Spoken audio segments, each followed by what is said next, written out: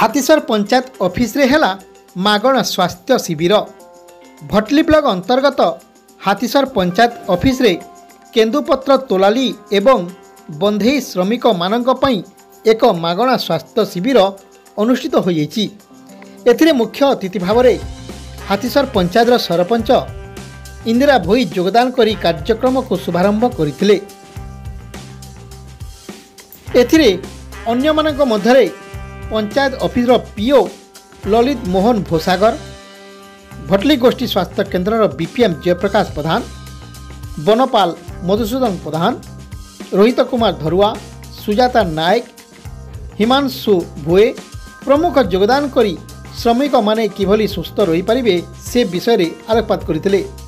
एथिरे भटली गोष्ठी स्वास्थ्य केन्द्र doctor Dharanidhar Singhdeo, doctor Biswajit Sahu, pharmacist Bhaskar Bhoi, ANM Selani Lugun, गोष्ठी स्वास्थ्य अधिकारी रीता साहू, मामिता हांसदा प्रमुख योगदान करी उपस्थित थिबा केंदुपत्र तोलाली और बंधेई श्रमिकों चिकित्सा करिबा परे तांकु औषध देइथिले।